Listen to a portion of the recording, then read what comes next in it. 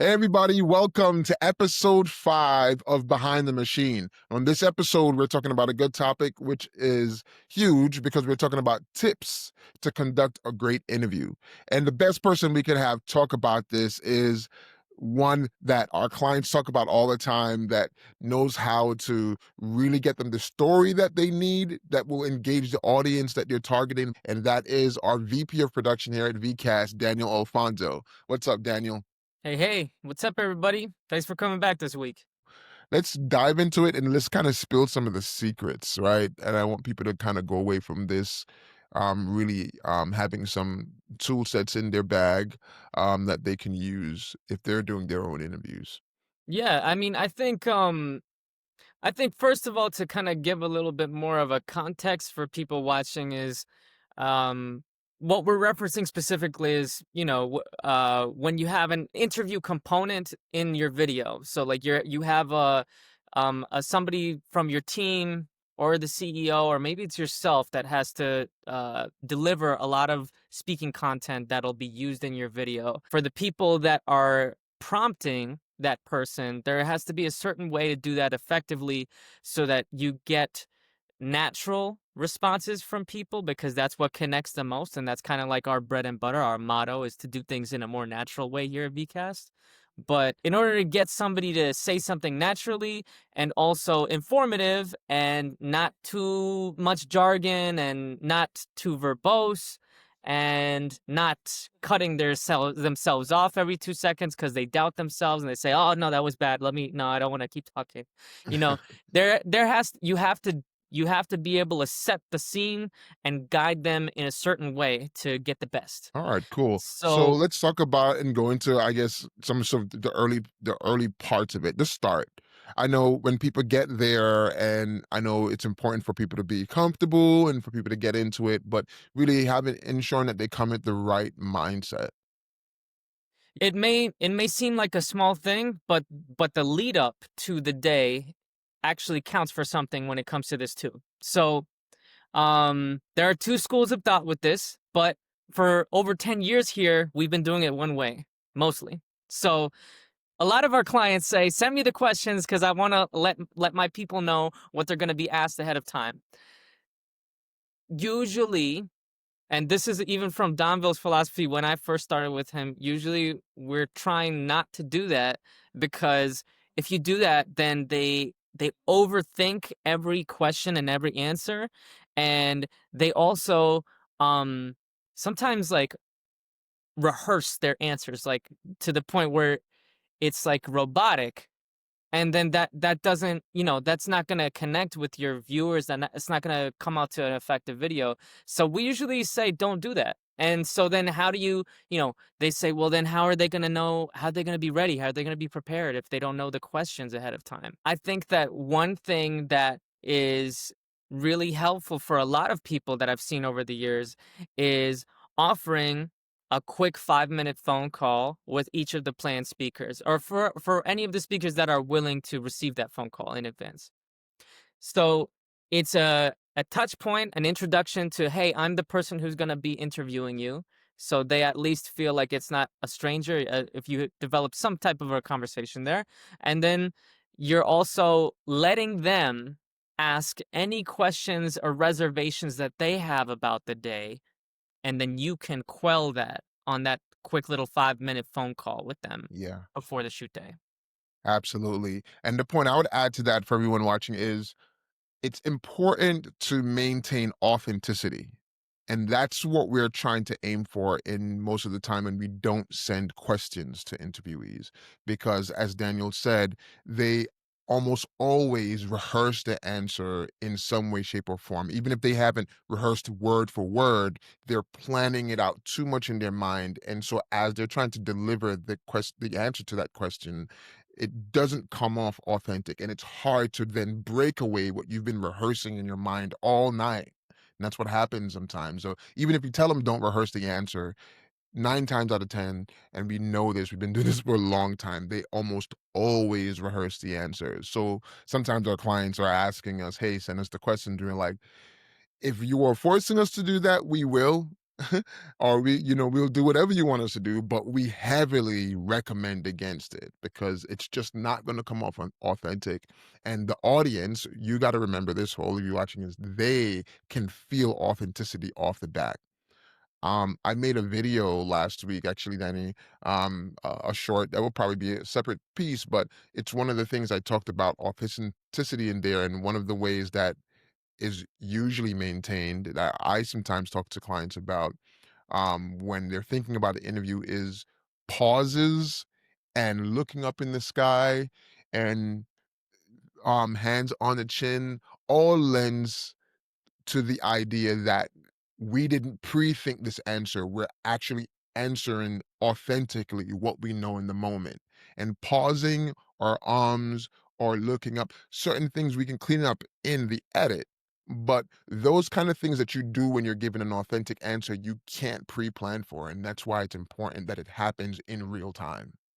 Yes. So basically your end goal with this is that you give the viewers that intangible thing that makes them feel that the person that's talking on camera is speaking from their heart, speaking genuinely, speaking unrestricted, I guess, in a certain way, that they're just giving you the truth. Depending on like what the video is about, then maybe like there's certain boundaries with that, but obviously like that's what you do as an interviewer is you're guiding that, and you're finding the line.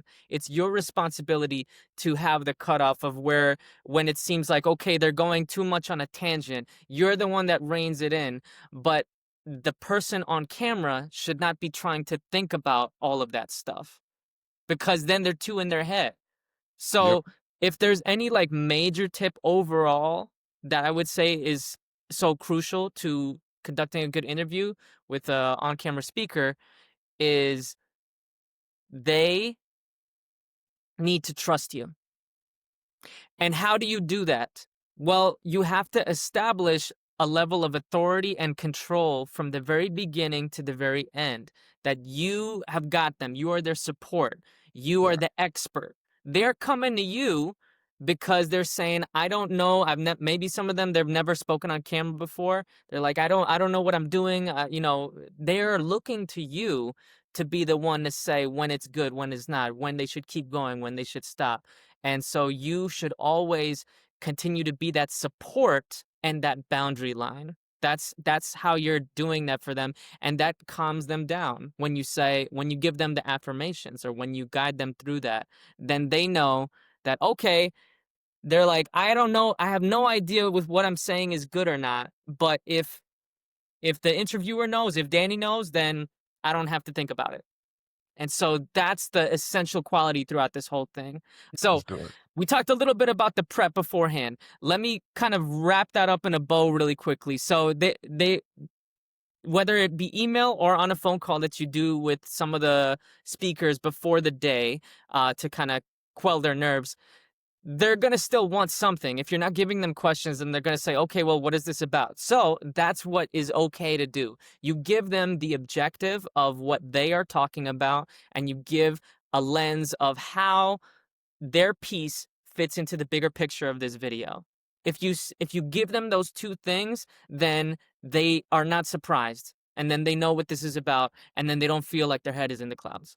Because sometimes we take things for granted, or rather, or in early days we did, but maybe you more often do when it comes to what you assume people in the video know about the video.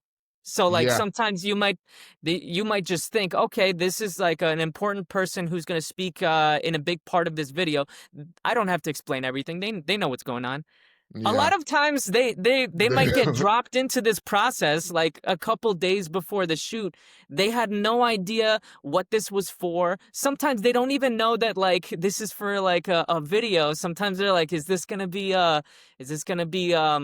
streamed somewhere? What is it? Is this live TV? They're like, no, like you have to give them all the context. If they then start kind of jumping in and saying like, oh no, I know that, then consider that a good thing if they give you that reaction, because that's giving them more certainty in the process. If they say, no, no, no, I know that already, I know that, consider that a good thing, because now guess what? Now they're more instantly more confident once they say, oh no, I know that, I know that. So there is nothing wrong with you giving the full idea of like, what is this video? How are we using it? What do we want you to talk about? And what's a little bit about what other people are going to be saying in tandem with you. So all of that context is essential. Let me ask a question. What about when someone gets to location, what do you do to make them more comfortable and to loosen up a little bit when they get there, that they're not sort of almost in that fright mode? Yeah. So I'll give them one tip on the day today. What just one on the day tip, and then we'll talk about just kind of maybe like a wrapping up thing. One last key tip to keep in mind. So one thing on the day, establishing a sense of comfort, quelling of nerves. Sometimes people might come in and they are a nervous wreck. How do you deal with that? So the first thing kind of goes connected to that bigger tip that I said before. You are the expert, you're the one in control, you are the guidance, and you are the support. So as soon as that person walks into the room, you walk right up to them, you greet them, you say, "Hey, how you doing?" Like I'm the one who I talked. Oh yeah, we talked on the phone. You kind of make sure that they know who you are off the bat and that you've got this whole ship under control. That's important because then it establishes that dynamic where they say, "Okay, even if I don't know what's going on, he knows what's going on." And then they sit down and then maybe their nerves kick in more. Maybe they're sweating, they don't know what to do. And I've even seen some people where it's like once they see the lights and the camera, they were comfortable before, and once they saw that it's actually like a legitimate, f- fully professional production setup, they're kind of like, now I feel like I'm being interviewed by NBC or ABC or something. Yeah.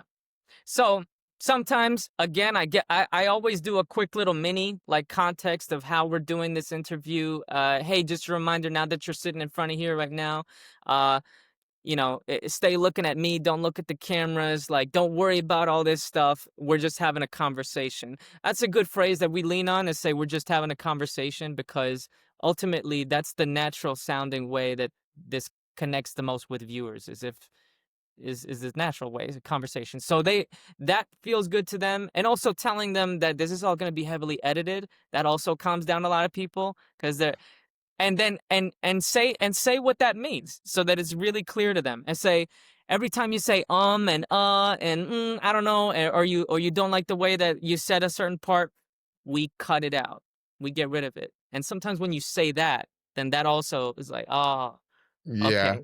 I remember we did a video for, was it a cleaning company? Anyway, but I we did a video for this lady, and she told me how she was a nervous wreck on the day. She did tell me about some of the things she did too, where she, coming on the day made it feel a little bit more calm. But she mentioned, she was one of those I was thinking about, that mentioned how when you got there and she see lights and the cameras, then she got a little nervous again. So all even while doing her interview, she was nervous. However, so at the end of it, she told me, Donvil, I don't know how this is gonna turn out. I don't know how it is, because I felt terrible. But when she saw the video, she was just like, oh, I look great. It looks like I'm not nervous at all. And everything came out good. And I was like, yeah, that's what we do. We'll make you look good, but you don't have to worry about it.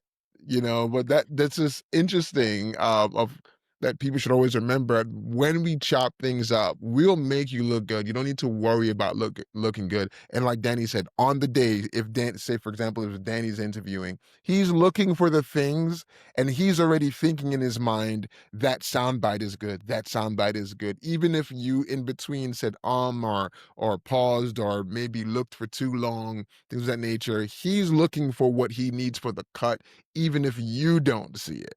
And that's enough. Right. And so to end off with the last tip for today is the emotional part of this.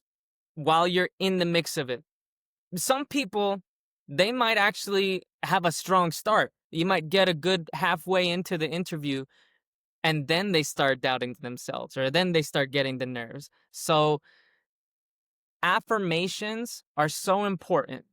You're a Mm, cheerleader during that interview.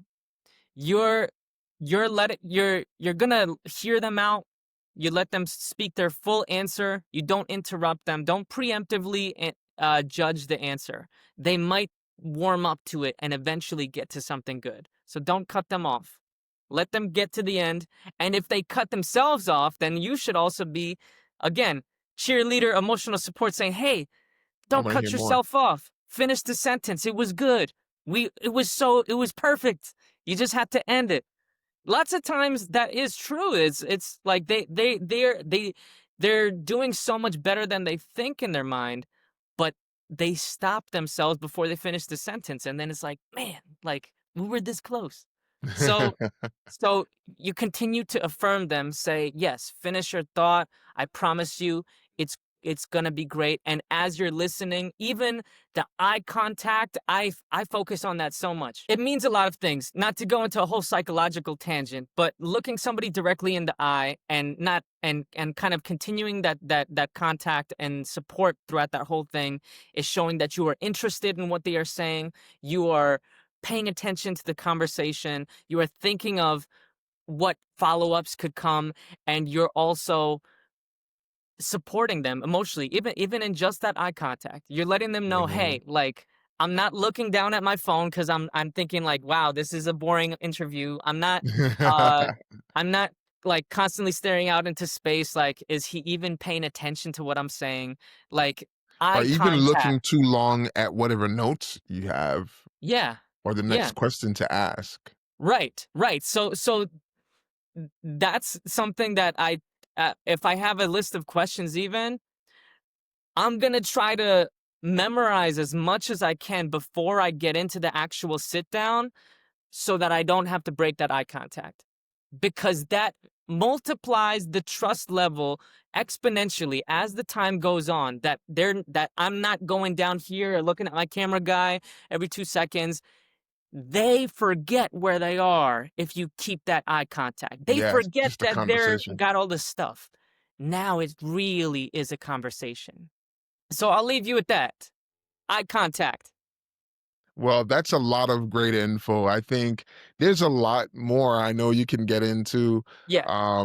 If any of you ever want to ask any questions or have any ideas or thoughts you want to communicate, definitely we're always reachable. Daniel is always willing to share his wealth of information and knowledge and experience.